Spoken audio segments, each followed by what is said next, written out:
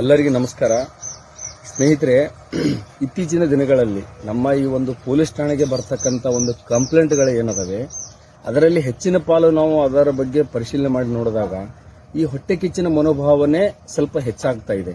ಆ ಗ್ರಾಮದ ಯಾರಾದರೂ ಸಂಬಂಧಿಕರು ಇಲ್ಲಿ ದೂರು ಕೊಡ್ಲಿಕ್ಕೆ ಬಂದ್ರೆ ಅಥವಾ ಗ್ರಾಮದಲ್ಲಿ ಯಾರಾದರೂ ಬೆಳೀತಾ ಇರ್ತಾರೆ ಅಂಥವ್ರ ಮೇಲೆ ಯಾವುದೇ ರೀತಿ ದೂರು ಬಂದ್ರೆ ಹಿಂದ್ಗಡೆಯಿಂದ ಅವ್ರ ಕಡೆ ಇವ್ರ ಕಡೆ ಫೋನ್ ಮಾಡ್ಸೋದಾಗ್ಲಿ ಅಥವಾ ಬಂದು ಹಿಂದ್ಗಡೆಯಿಂದ ಹೇಳೋದಾಗ್ಲಿ, ಸರ್ ಅವ್ನ ಕಡೆ ದುಡ್ಡು ಭಾಳ ಅದಾವೆ, ಅವನಿಗೆ ಮೆತ್ತಗೆ ಮಾಡಿರಿ, ಹೊಡೀರಿ, ಅವನ ಮ್ಯಾಗ ದುಡ್ಡು ಸುಲ್ ಮಾಡ್ರಿ, ಅವ್ನು ಸ್ವಲ್ಪ ಹಾಳಾಗ್ಲಿ ಅಂತಕ್ಕಂಥ ಒಂದು ವಿಚಾರ ಒಳಗಿಟ್ಟುಕೊಂಡು ಇಲ್ಲಿ ಬಂದು ಹೇಳ್ತಾ ಇರ್ತಾರೆ. ದಯಮಾಡಿ ಇಂಥ ಒಂದು ನಿಷ್ಕೃತ್ಯಗಳನ್ನು ಮಾಡಬೇಡಿ.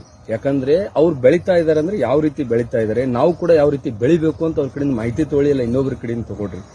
ಈ ರೀತಿ ಮಾಡಿ ನಾಳೆ ನಿಮ್ಮ ಮಕ್ಕಳಿಗಾದ್ರೂ ಒಳ್ಳೇದಾಗಲಿ. ನಿಮ್ಮ ಮಕ್ಕಳಲ್ಲಿ ಇದೇ ಒಂದು ಮನೋಭಾವನೆ ಬೆಳೀತದೆ. ದಯಮಾಡಿ ಬೆಳೆಯೋರು ಬೆಳಿಲಿ, ನೀವು ಅಸೂಹೆ ಪಡಬೇಡಿ. ನೀವು ಕೂಡ ಬೆಳೀತಕ್ಕಂಥ ವಿಚಾರವನ್ನ ಮಾಡಿ. ಬೆಳೆದವ್ರಿಗೆ ಕಾಲು ಎಳೆದ್ರಿಂದ ಅವ್ರು ಏನಾಗಂಗಿಲ್ಲ. 4 ದಿನ ತೊಂದರೆ ಆಗುತ್ತೆ, ಅದನ್ನ ಬಿಟ್ಟು ಏನಾದ್ರೂ ಆಗ್ಲಿ ಅಂತ ಲಿಂಬಿಕೆ ಒಗೆಯೋದು ಅವು ಒಗೆಯೋದು ಯಾವ ಕೆಲಸಕ್ಕೆ ಬರಂಗಿಲ್ಲ.